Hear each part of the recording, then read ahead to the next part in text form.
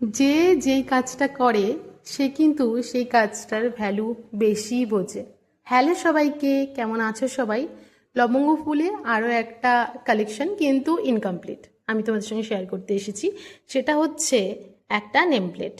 এই নেম প্লেটটা করতে আমি অনেক দিন সময় নিয়েছি, প্রত্যেক কাজের মাঝে অল্প অল্প করে করেছি, কিন্তু এই প্রত্যেকটা ডিটেলিং তোমরা দেখতে পারো। এখানে রয়েছে একটা কাপেল, মানে ফিগার মোটিভ ক্লে দিয়ে করা, এবং ঘর, তার সাথে দোলনা, আর এদিকে ডালের মধ্যে একজোড়া পাখি বসে আছে, যেহেতু ভালোবাসার থিমে করা তাই করেছি।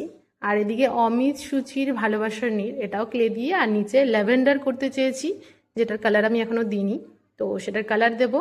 আর এখানে প্রিন্ট করেছি, দেখতে পাচ্ছ, মানে পুরোটাই আমার হাতে করা।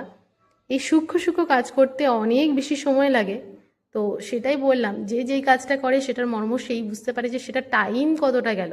এই ছোটো ছোটো কাজ করতে গিয়ে 100 বার এরকম ক্লে শুকিয়ে যায়, এই যে ক্লে শুকিয়ে যায়, তারপর সেটাকে অন্য কাজে লাগাতে হয়, ভাবনা চিন্তা থাকে একটা কাজের পেছনে, এবং কাজটা মন দিয়ে মন থেকে করি, ভালোবেসে করি। এই কাজটা কিন্তু আমাকে করতেই হবে এই জন্য কিন্তু করা নয়, মন থেকে ভালোবাসার কাজ।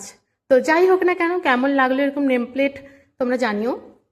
আর তোমরাও যদি তোমাদের ঘরের জন্য কিছু এরকম কাস্টমাইজ করাতে চাও, ফ্রিজ ম্যাগনেট হোক বা নেম প্লেট হোক বা অন্য কিছু, আমি দেখাই। এটা কিন্তু উডের, এই যে কিন্তু একটা মোটা উডের ওপর করা, আর তার উপরে ক্লে ওয়ার্ক।